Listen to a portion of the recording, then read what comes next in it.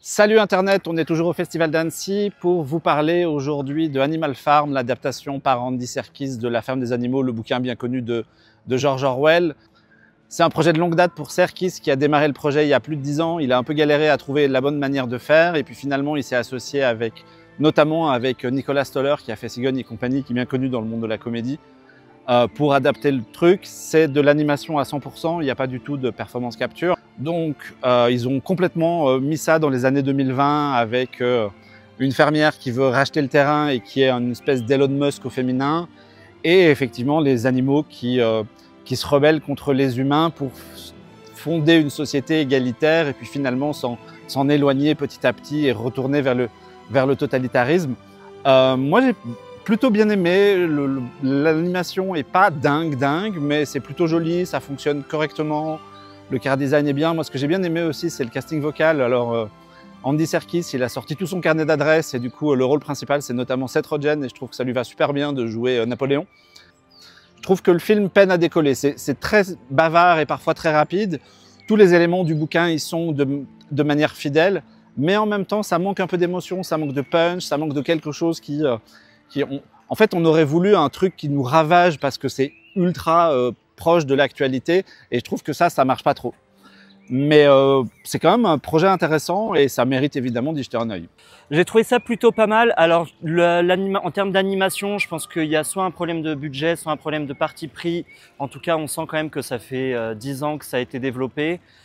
C'est un film qui est pas toujours hyper beau, surtout en termes de lumière, en termes de texture de ses personnages. Donc je pense que le film est beaucoup aidé par son histoire qui est assez impressionnante et en même temps hyper badante. Ça s'éloigne a priori quand même un petit peu du livre puisqu'on suit un personnage principal, chose qu'il n'y avait pas forcément dans le livre. Ce qu'il disait en interview, c'est que le personnage de Lucky, le petit cochon, a été inventé pour le film. Mais à part ça, c'était plutôt agréable. Après, c'est quand même un petit peu daté et j'ai du mal aussi à voir à qui le film s'adresse parce que on est un petit peu le cul entre deux chaises. On est à la fois pour les ados et en même temps par moments pour les enfants. C'est jamais très drôle parce que ça a un propos qui est quand même assez grave, donc assez difficile à vendre. Je me demande où le film va terminer. Est-ce qu'il va finir en salle ou sur une plateforme? Animal Farm par Andy Serkis, je ne vais pas revenir sur ce qu'ont dit mes camarades sur l'aspect technique. Effectivement, le film a 10 voire 20 ans de retard, ça ressemble un peu à du Shrek-like, ce qui n'est pas forcément un compliment.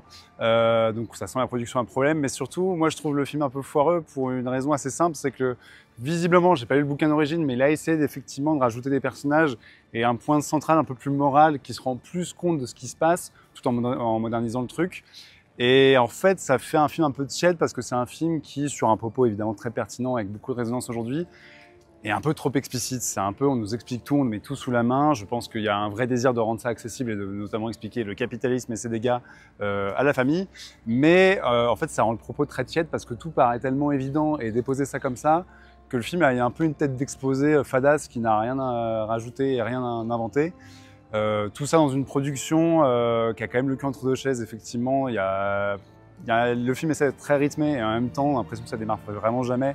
C'est un peu plan-plan, c'est pas très drôle, c'est pas très émouvant, ça tâche pas à grand-chose. Enfin voilà, le film est très tiède au final, ce qui est fort dommage parce que visiblement Andy Serkis s'est fort impliqué et j'ai absolument aucun doute sur la sincérité de sa démarche.